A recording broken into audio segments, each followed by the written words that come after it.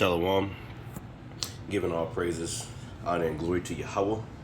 Bahashem Yahweh Shai, Bahashem Rakakodash, double honors to my apostles and elders, great millstone, peace and salutations to the hopeful elect. May the blessing election fall upon your house. All right, may the Lord bless you and grant you more faith in these last days. Yeah, so this is a little story that we should hear. I'm going to play. It says the technocracy movement, what your president is bringing. And, you know, from starting with the elders on down, like the apostles on down. You know, we know that this technocracy, all right, this is what they're trying to bring in, their new world order, their 15-minute cities, their carbon footprint, their, you know, ultimately that MOTB up under your skin, this technology. And they're racing towards it, man. All right, I want to play you what this lady says. She put together a few things, and it's quite interesting. And I'd like you to hear it, Lord willing. And I'll get a scripture or two afterward, and that's going to be it. Listen to this video.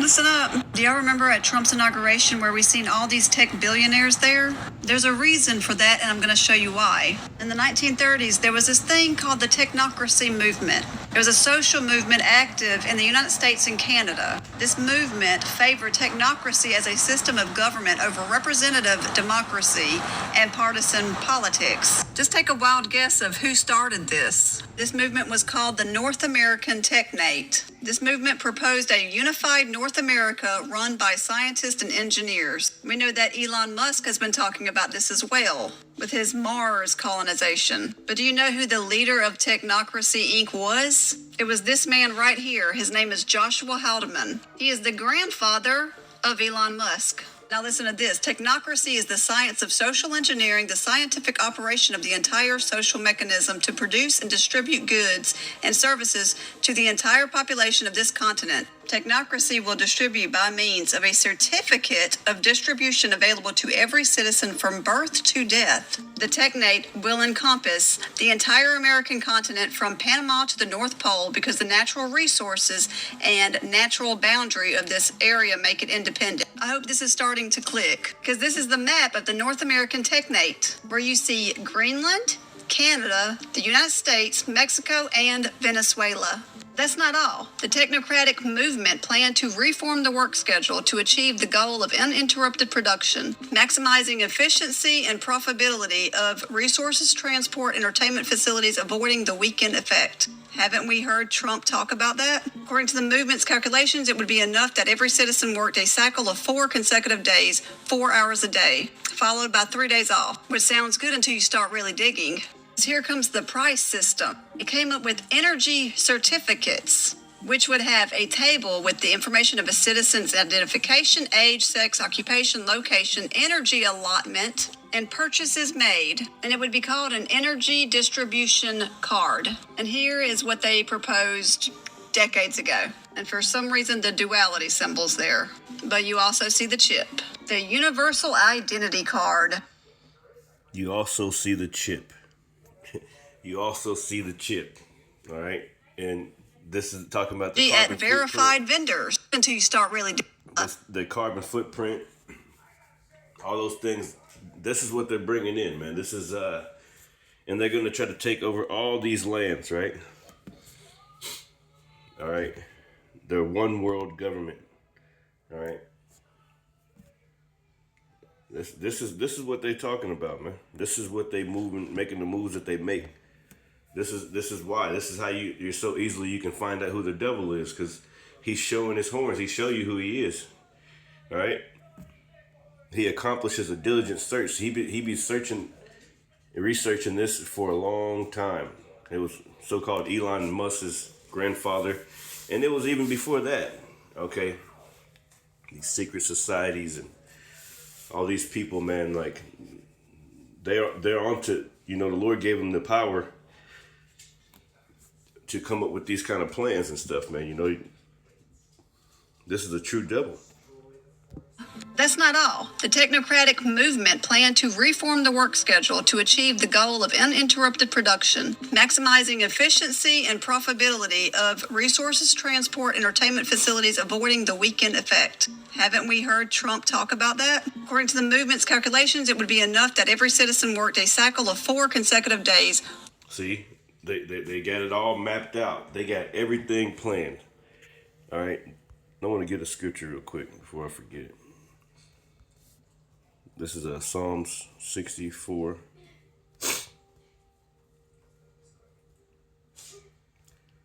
Is it Psalms? What is it? Yeah, Psalm 64 and 5. It says, "They encourage themselves in an evil matter. They commune of laying snares privily," meaning privately. "They say, who shall see them?" My point is in verse 6. It says, I'll read it in the NLT. It says, "As they plot their crimes," because that's what they do. They plot their crimes. It says, "They say, we have devised the perfect plan." And in the KJV, it says, "They have accomplished a diligent search." A diligent search. All right, so they go over these things, constantly going over these plans. All right, and like she said, Elon Musk's grandpa, but it was even before that. You got the WEF, Charles Schwab, who stepped down, supposedly, and Noah Harari. They're all telling you about things like this. Hackable human beings. Ultimately, this is going to be a digital system. The dollar is going to be no more. All right, they need something to hold on to, so they're trying to force their new world order. All right. It says, "They accomplish a diligent search, both the inward thought in every one of them, and the heart is deep." It says, "But the Most High shall shoot at them with an arrow. Suddenly shall they be wounded." Yeah, that's right. That arrow is those nuclear missiles. All right. It says, "So they shall make their own tongue to fall upon themselves. All that see them shall flee away." And that's what's about to happen to you Edomites. Four hours a day, followed by 3 days off, which sounds good until you start really digging. So here comes the price system. It came up with energy certificates, which would have a table with the information of a citizen's identification, age, sex, occupation, location, energy allotment, and purchases made. And it would be called an energy distribution card. And here is what they proposed decades ago. And for some reason, the duality symbol's there. But you also see the chip. The Universal Identity Card. And they have rules with these cards. There would be equal allotments of energy. Citizens cannot trade or give away certificates. They can only spend energy at verified vendors. Once a purchase is made at the vendor, the energy used is made void. And their certificates have an expiration date. Once again, no citizen can hoard energy. And certificates are directly tied to an individual's ID. Therefore, it cannot be stolen or used by someone else. From the outside, that would sound really good. Now, back then, the computer wasn't used much, but they wanted to use an energy certificate and Dewey Decimal System so that they could track computation. And IBM computers were exactly the kind of devices a CAS would want to deploy. Well, wouldn't you know, they have that now. But they knew that one of the big troubles with all of this is that your computers is going to do away with your accountants and your engineers. And it is also going to do away with your executives as well as blue-collar and white-collar jobs. So Elon Musk has come up with something for this. He predicts AI will create universal high income. It probably won't be income. It will be energy, because our economy is about to crash. And that's probably the plan. So here comes Greenland. We'll probably have Venezuela soon, but Trump wants Greenland now too. Billionaires dream of building utopian techno city in Greenland, the Freedom City, because it will have minimal corporate regulation. They want to be able to do whatever they want to. They can focus on accelerating emerging technologies like AI and mini nuclear reactors. And the frigid climate could naturally cool the massive energy extensive AI data centers. Plus, large deposits of critical and rare earth materials buried beneath the island's ice sheets could also potentially be used to manufacture consumer electronics. America is destroying itself because of politics, and everybody is just letting this happen. We are literally watching them do this plan. Y'all remember when Trump said you don't have to vote anymore after this time? Well, if this plan works, there won't be politicians. Tech billionaires will own and run different parts of America. But you have to get out and vote. And again, Christians, get out and vote just this time. You won't have to do it anymore. 4 more years, you know what?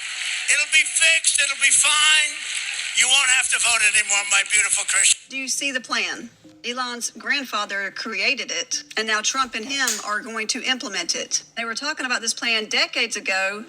These Christians heard about it and wrote this book about it, pretty much saying that this is what was going to bring about prophecy, and it will one way or another. We read in Daniel that Nebuchadnezzar had a dream, and it was about a statue, and the toes were the last kingdom, which would be the revived Roman Empire with 10 kingdoms. If we look at the Club of Rome's map, it's 10 kingdoms, pretty similar to Trump's plan. And Justin Trudeau said that he was going to step down.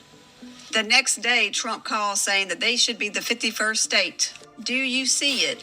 This whole country is so divided, y'all can't even wake up to see what is actually happening. Yeah, see, the devil was Roman, all right? He's making his moves, see? Hey, you got Edomites that even they're onto this stuff, man. And who knows, she might not be an Edomite, actually. But you know what I'm saying? I'm just saying.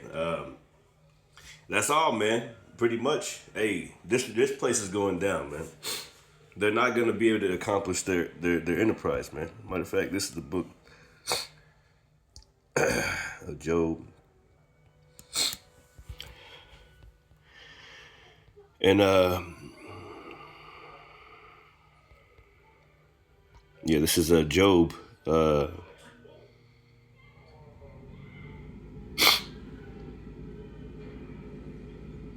Yeah, this is Job 20:18. It says that which, this is not my point, but we're going to read this anyway. It says that which he labored for. I'll read it in the NLT. It says, they will give back everything they worked for. Their wealth will bring them no joy. For they oppressed the poor and left them destitute. They foreclosed on their homes. Yeah, I like that better than the KJV. Because he hath oppressed and hath forsaken the poor, because he hath violently taken away a house which he builded not. Surely he shall not feel quietness in his belly. He shall not save of that which he desires. And what does he desire? This new world order.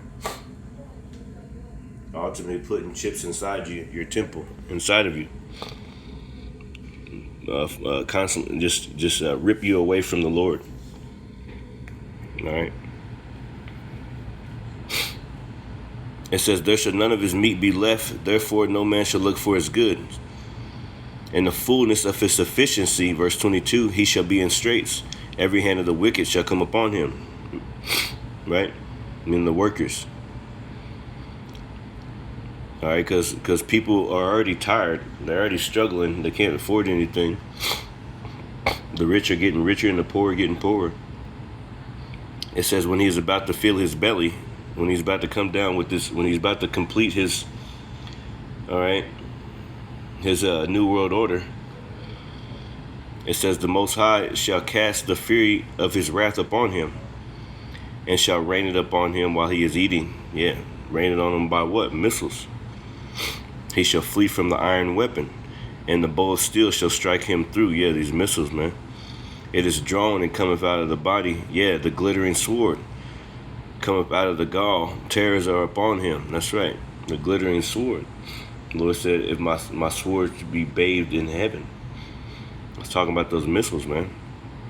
All darkness shall be hid in his secret places. A fire not blown shall consume him. It shall go ill with him that is left in his tabernacle. The heaven shall reveal his iniquity, and the earth shall rise up against him. And that's what you see right now. The heavens are revealing his iniquity. Everything is pointing fingers at this devil, that he's the devil the Bible speaks of. It says, and the earth shall rise up against him. The whole world is fighting against this devil. All right? Everything needs to escape from him. You know, he just rapes, robs, murders, kills, steals, pillage everything. Everything's in jeopardy of losing its substance, of losing its whole life force, vitality when this devil comes around. He's a destroyer, man. Anyway, with that, shalom. Hopefully, the message was edifying. Shalom.